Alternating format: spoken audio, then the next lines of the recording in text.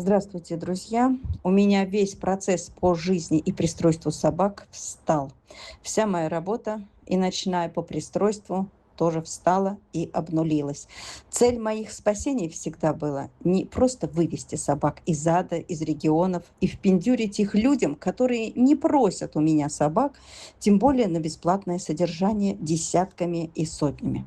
Выдохлись все, и они тоже люди, и тоже не вылезают из проблем. И опять летом, кроме корма, они не могут подготовить вольеры, дома, площадки, будки к зимнему сезону. Это делается только летом, но летом нет денег. Я тоже очень устала за 10 лет из года в год решать одно и то же. Спасение свела на нет.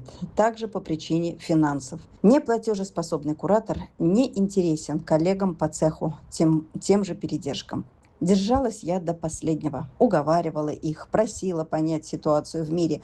Упавшие сборы, что-то блею, обещаю, бросаем трубки, злимся, не разговариваем. Да не будет это бесконечно, не будет. Собаки снова окажутся на улице, а по-другому никак. Съедены будки, отогнутые рабицы, забор тоже сломали. 2 собак искали по деревне, и все по причине не на что отремонтировать. У бытовки, где хранился корм, вовремя не на что было обшить металлом, а теперь от дождей сгнила крыша и рухнула на корм. Теперь корм вымокнет от дождя, и снова будут убытки. Вы знаете, вереница этих проблем идет с утра до вечера ежедневно. То в одном дворе, то на другой передержке, то на пятой, десятой. Раньше это все вовремя ремонтировалось на деньги за оплату собак. Мы оплачивали содержание, а ответственные передержки все это чинили, латали, созидали и даже не ставили нас в известность. Поэтому мы об этом не знали. А теперь мы только покупаем корм. Да и то не всем передержкам. И уж чинить и готовиться к зиме, вывозить мешки с говном вообще не на что. Так несложно дожить до статуса черных передержек. И вот сегодня хочу сделать акцент на том, чем я занимаюсь теперь в основном. Это пристройство, это пиар, это мои просьбы наших коллег, единомышленников в Европе, пожалуйста, пристраивать моих якутят, когда-то нами с вами спасенных в те далекие уже 22-23 годах. Нам тогда всем их было жалко. Ноябрь 22-го якобы бруцеллез, карантин лажевый. Декабрь 23-го минус 55. Зрелище в ППЖ не для слабонервных. И я хватала, ведь народу и вам тоже главное вывести, вывозила, показывала. Все радовались. А что потом?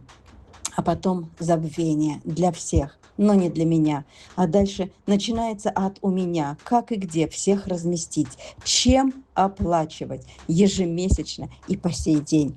Подписчиков из тех лет осталось не так много, а остальные перекинулись на другие каналы, на горячие точки сегодняшнего дня. А я побрела дальше с этими спасенными тогда, окунулась в ссоры, в недовольство передержек, в тяжелые разговоры, выговаривание их мне. Живу в негативе, в оправданиях, блеяниях, выслушиваю, что мы так не договаривались.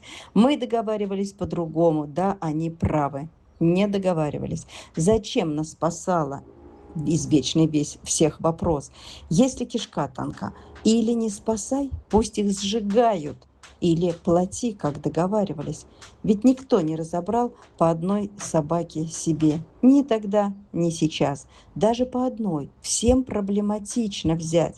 А когда вот люди берут передержки, идут навстречу, навязанные мной тогда в минус 50, то это становится их работой. Это не в удовольствие, это работа без выходных и отпуска. И они не должны и не обязаны не напоминать об оплате, не тем более выпрашивать деньги и ругаться.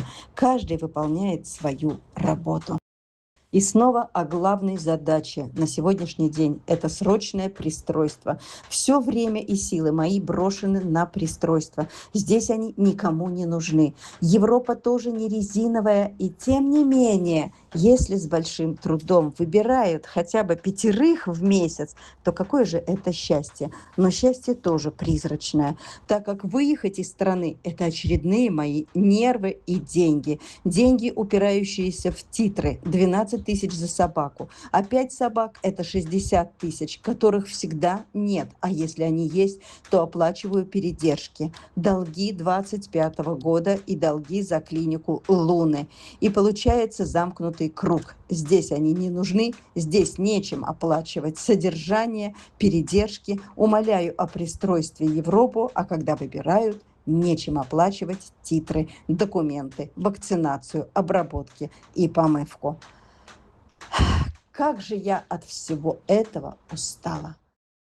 Итак, из выбранных собак немцы выбрали 2 белых вот из этого вольера, Беляша и Белку. Когда-то спасла их из ППЖ в 23-й год за 5 минут до смерти, когда в жутком вольере их скелеты пытались погрызть баланду, примерзшую к земле, но не давали сородичи подойти. Сильные побеждали, а скелеты забивались в будки голодные. Эти жуткие кадры, это жуткое зрелище было у нас в роликах 23-го года. Навряд ли кто помнит. А это моя боль. Как их пристроить? Волнует только меня. И долги за них. И как, на что титры сделать? Выбрали и Кая, вот так, стоящего на задних лапах и дрожа в том далеком декабре 23-го года. Человека выглядывал, который, возможно, его и сдал. Каждый день так жутко, жалобно, на 2 ногах. Почти 3 года прошло, как я его забрала.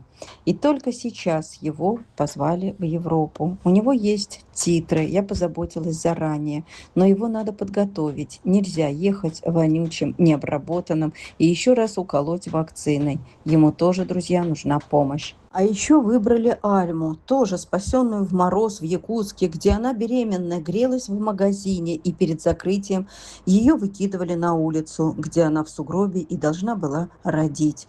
Случай ее тогда спас, прошла неравнодушная женщина и позвонила мне в Москву, но я, конечно, тогда таких забирала. Прошло уже 3 года, и она по-прежнему на передержке в Москве. 3 года и ежемесячная оплата, а могла бы жить в семье, а на эти деньги спасались бы другие бедолаги. И вот только сейчас я упросила заняться ее пристройством в Европе, рассказав о ее грустной истории спасения. И там откликнулись, и ее позвали, ее ждут, но у нее нет титров, ей тоже нужна финансовая помощь. Помогите, пожалуйста, им уехать. Помогите на титры, пока они не оказались на улице, пока прилетел на них запрос. Их надо обязательно отправить, но для этого надо быть подготовленным. Пожалуйста, я вас очень прошу, помогите.